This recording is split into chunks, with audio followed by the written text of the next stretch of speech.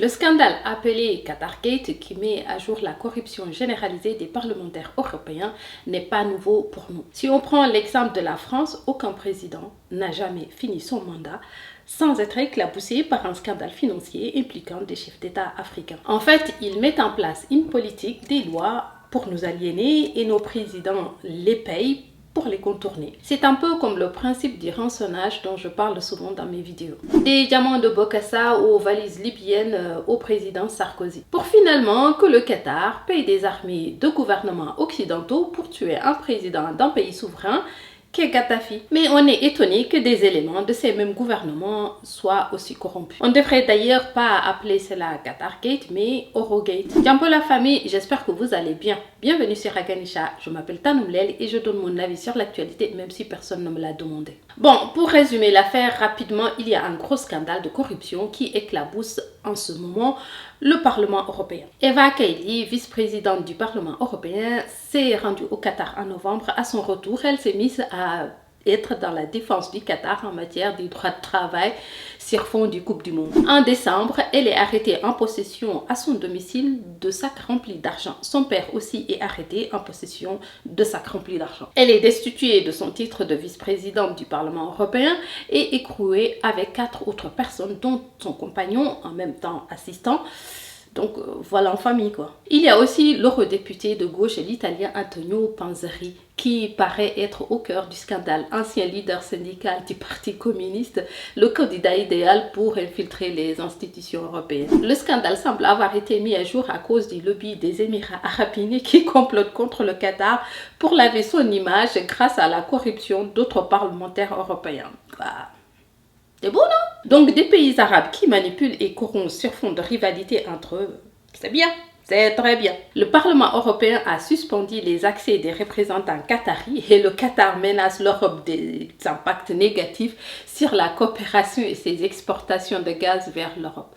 Le pouvoir du gaz. Il y a aussi des pays africains qui sont impliqués dans le scandale, c'est le Maroc et la Mauritanie. Le compagnon de Eva Kaili, Francesco Giorgi, accuse Antonio Panzeri d'avoir reçu des pots de vin de la Mauritanie en la personne de son ambassadeur pour donner des informations sur ce qui se dit au Parlement européen sur le pays. Antonio Panzeri a effectué plusieurs voyages en Mauritanie, il y a même tenu des conférences sur les droits de l'homme. Il semble qu'il a contribué à minimiser l'esclavage, le racisme et les violations des droits de l'homme en Mauritanie. C'est beau, non? Alors les défenseurs des droits de l'homme en Afrique, vous avez toujours envie d'aller vous plaindre en Europe?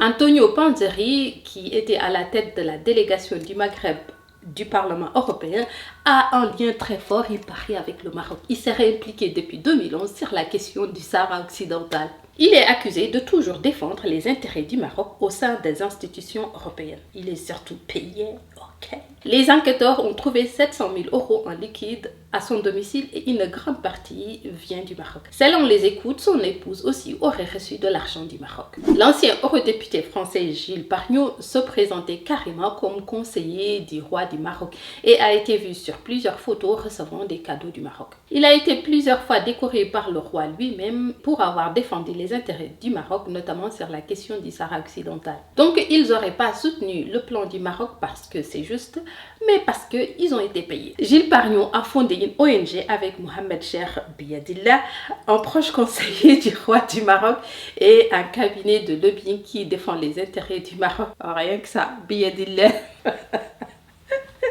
Le compagnon de l'ex-vice-président du Parlement européen parle aussi d'un homme non identifié nommé l'Algérien qui aurait mis en place une ONG qui donnerait une apparence légale pour le transfert de l'argent.